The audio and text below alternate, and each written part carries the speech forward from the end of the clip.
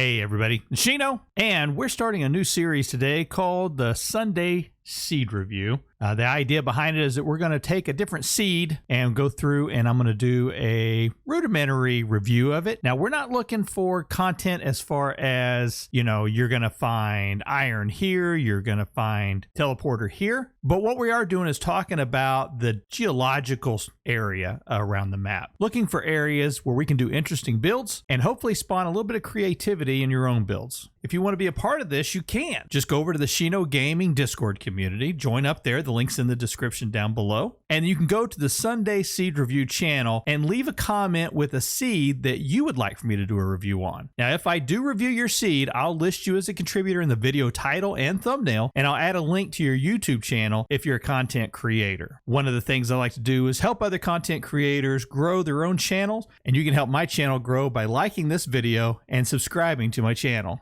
And if you want more vintage story content just like this, turn on notifications so you stay up to date. Let's get started with this seed review. What you do need to understand is this seed review is taking place in Vintage Story 1.18.6. There are no mods installed to this world. I am using the standard survival world settings, but what I am changing is land cover setting. I'm changing it to 70%. Land cover scale settings, I'm going to set those at 150%, and then I'm going to leave the upheaval rate setting at the standard 30%. Now, the world seed for this one is going to be Shino Seed Review.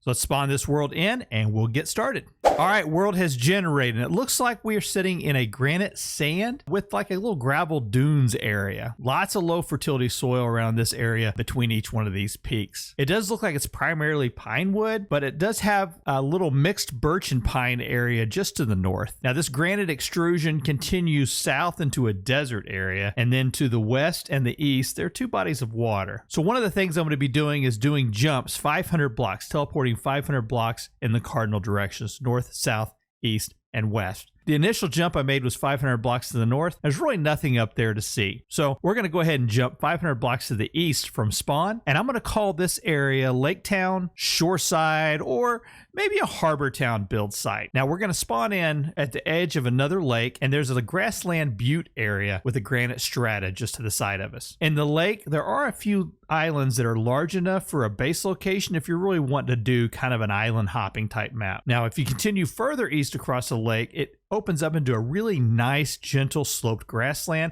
and there is a trader right here. North of the grassland plains, there are many towering granite formations along a deep water channel. And then south of the grassland, that touches the edge of a deep ocean. If you continue further east across the deep ocean, you're going to find a slate and claystone landmass with mixed woods and another shoreside plain with a trader. From spawn, now we're going to spawn 500 blocks to the west, and this one is a must-see. It's going to put you above an ocean with a landmass to the north, west, and east of you. To the southwest, there is a scrubland forest area with granite peaks in the background. Here's where you're going to find one of the first of what I'm going to call a Shino-approved point of interest. These snow-capped granite mountains with arches, overhangs, and deep water pools are amazing and leave me awestruck. While the natural resources may be an issue in this area, the views of the area, the little nooks and crannies and caves, makes this area a great place to let your imagination run free. Northwest of the mountains, you'll find the granite transition into a desert area, which then gives way to a claystone desert. Farther north, you'll find additional rock strata layers of bauxite and andesite. Now again, spawning 500 blocks to the south from spawn, we're greeted by a bear along the coastline.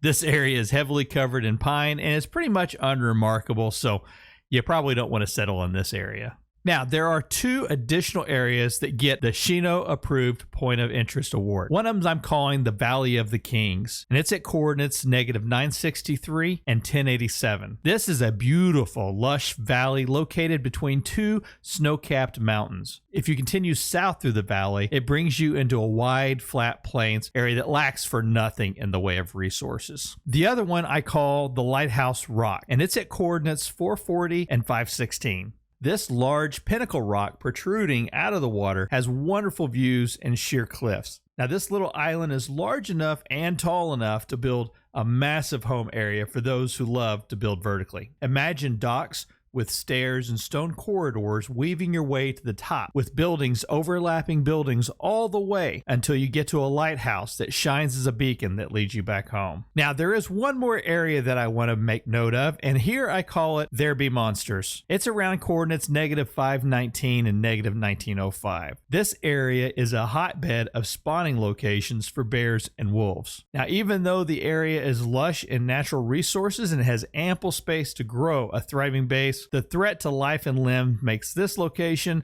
a no-go zone for me. So now that you reviewed this map, let's talk about how you can go about getting this map for yourself. In the description below, you'll find a link to joining the Shino Gaming Discord server. Once you've joined, look for the Sunday Seed Review channel and go to the pinned comment section. There you'll find a link to the world download if you just want to download the map and upload it into your own save area. Now, if you want to do additional customizations to the world, here you will also find the world seed used in this episode, along with any customizations that I made to the world generation. I hope you enjoyed this Vintage Story World Seed review. If you have any suggestions for seeds you'd like me to do a review on, please visit my Discord server and put them in the Sunday Seed Review channel. Thanks for watching, and I'll see you in the next video.